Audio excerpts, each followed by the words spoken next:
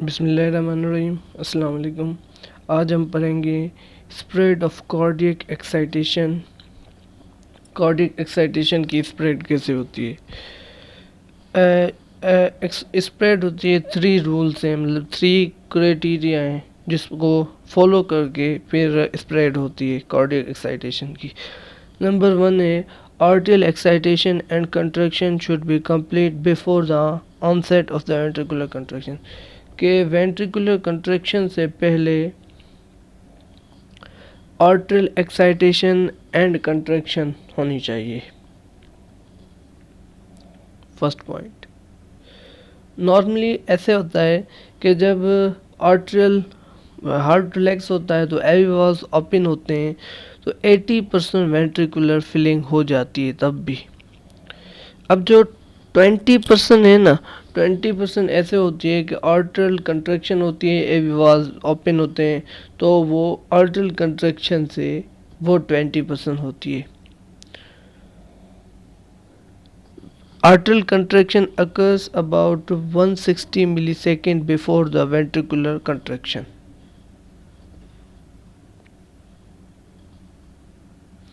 Number two है कि excitation of cardiac muscle fibre should be coordinated to ensure that each heart chamber contract as a unit to pump efficiently।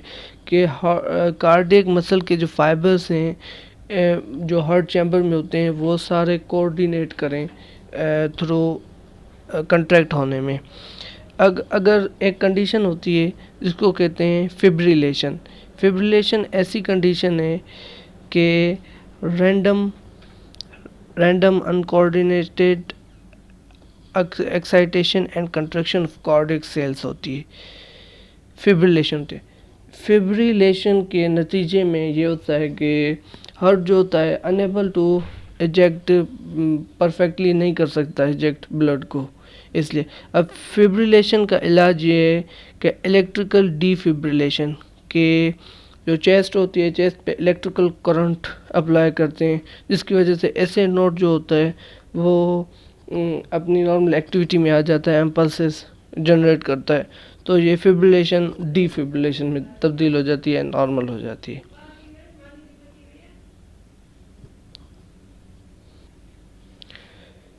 Third point is the pair of artery and pair of ventricle should be functionally coordinate so both member of the pair contract simultaneously। के जो pair है right atrium and left atrium दोनों एक साथ contract हो, या pair of ventricle दोनों contract हो। थर्ड ये क्राइटेरिया है। अब आते हैं न्यू टॉपिक की तरफ, आर्टरियल एक्साइटेशन। आर्टरियल एक्साइटेशन जब एक्साइट होता है तो फिर कंट्रैक्ट होता है अगला। अब आर्टरियल एक्साइटेशन में दो टाइप्स होती हैं। आर्टरियल एक्साइटेशन कैसे होती है, एक इंटर आर्टरियल पाथवे, दूसरा होता है internodal pathway. Inter arterial pathway में ऐसे होता है कि जो इम्पल्स होती है, एक्साइटेशन होती है, ओनली आर्टरियम में रहती है, लेफ्ट और राइट में। जो एस ए नोड से शुरू होती है एंड टर्मिनेट होती है लेफ्ट आर्टरियम में, क्योंकि एस ए नोड जो है वो राइट आर्टरियम में मौजूद है।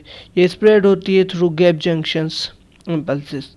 ओके, इंटरनोडल पाथवे में ऐसे होता है कि अब जो एक्साइटेशन है वो आगे फर्दर मूव करनी है, मतलब वेंट्रिकल की तरफ, तो S A node to AV node, only यही पाथवे है कि हमें वेंट्रिकल्स तक पहुंचाना है, तो S A node to the AV node जाती है। अब जो इसमें एस ए नोड से AV node action potential 30 milliseconds में पहुंचता है। अब जो एवी नोड में पहुंचेगा तो पुरकिंजी फाइबर से बंडल ऑफ हिस है, वहाँ से जाके पुरकिंजी फाइबर्स में, पुरकिंजी फाइबर्स से मायोकार्डियम ऑफ द वेंट्रिकल्स। अब आते हैं वेंट्रिकुलर एक्साइटेशन की तरफ। वेंट्रिकुलर एक्साइटेशन कैसे होती है? सबसे पहले जो होती है एविनोडल डिले। एविनोडल डिले ये होता है कि जब एक्शन पोटेंशियल कंडक्टर होती है तो स्लोली थ्रू द एविनोड से स्लो होती है। ये इसलिए स्लोली होती है क्योंकि वेंट्रिकुलर फिलिंग को टाइम मिल सके, कि वेंट्रिकुलर फिलिंग हो सके। एंड एविनोडल डिले जो होती है वो होती है 100 millisecond. Okay and now comes point ventricular excitation क्या होती है. Ventricular excitation ऐसे after the AV nodal delay the impulse travels rapidly down the septum via the right and left branches of the bundle of His and throughout the ventricular of myocardium and Purkinje fibers. अब bundle of his से right और left branches जो होती हैं उनसे ventricular में अंदर आती है और वेंट्रिकुलर मायोकार्डियम पुर्किंजी फाइबर्स जो होते हैं वेंट्रिकुलर मायोकार्डियम में जाते हैं. The network of five ventricular conduction system specialise for rapid propagation of action potential. ये जो फाइबर्स का नेटवर्क है ये इसलिए कि रैपिड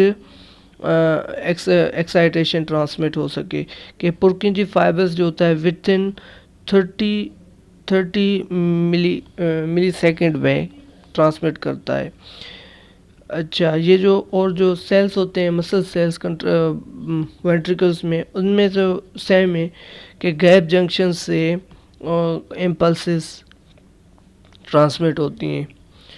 अच्छा वेंट्रिकुलर कंडक्शन जो है मोर लाइटली और हाईली ऑर्गेनाइज्ड है एंड मोर मतलब एडवांस है क्योंकि इसलिए क्योंकि आर्ट्रियल कंडक्शन सिर्फ ऐसे होती है कि आर्ट्रियल को ब्लड ओनली वेंट्रिकल्स में भेजना होता है. बाकी जो वेंट्रिकुलर कंडक्शन होती है उसको मेन उसका काम होता है कि एक तो through out the body transmit करती है और दूसरा कि लंग्स की तरफ भेजती है इसलिए हाईली एडवांस्ड है.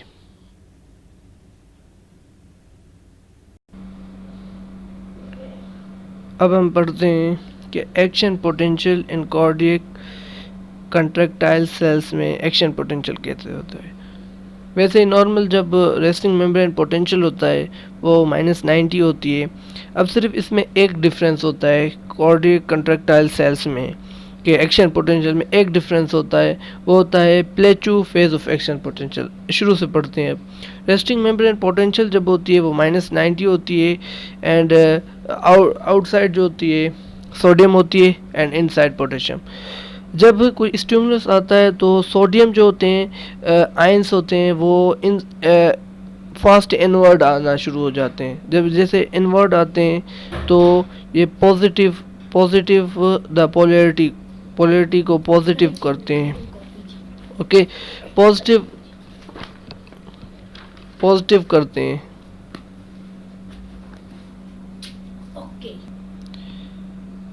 अब ये पॉजिटिव इतना हो जाता है कि +30 और +20 हो जाती है.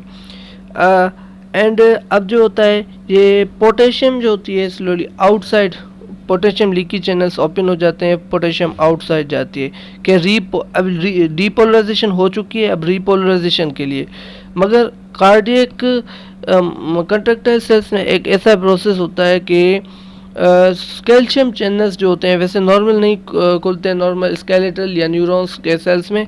ये जो होता है कार्डियक सेल्स में ऐसे होता है कि कैल्शियम चैनल्स ओपन हो जाते हैं तो स्लो इनवर्ड कैल्शियम की मूवमेंट होती है इसलिए कि पॉजिटिव पोलैरिटी को बरकरार रखने के लिए. अब जो बरकरार रहेगी पॉजिटिव पोलैरिटी तो ये ज़्यादा फेज़ आ जाएगा. इसको कहते हैं plateau phase of the action potential. तो ये ज़्यादा फेज़ आ जाएगा ज़्यादा पोलैरिटी में रहेगी डीपोलराइज रहेगी. फिर जब कुछ टाइम के लिए कैल्शियम ओपन होते हैं कैल्शियम जब चैनल्स बंद हो जाते हैं तो fast leaky channels potassium leaky channels fast open हो जाते हैं तो पोटेशियम आउटसाइड जाता है एंड सेम -90 वापस आ जाती है. रिपोलराइजेशन इसको कहते हैं. रिपोलराइजेशन के आगे वो सिंपल होता है जैसे sodium potassium ATP pump concentration gradient को इक्वलाइज करता है कि सोडियम को आउटसाइड भेजता है एंड पोटेशियम को inside. This is the action potential cardiac contractile sales.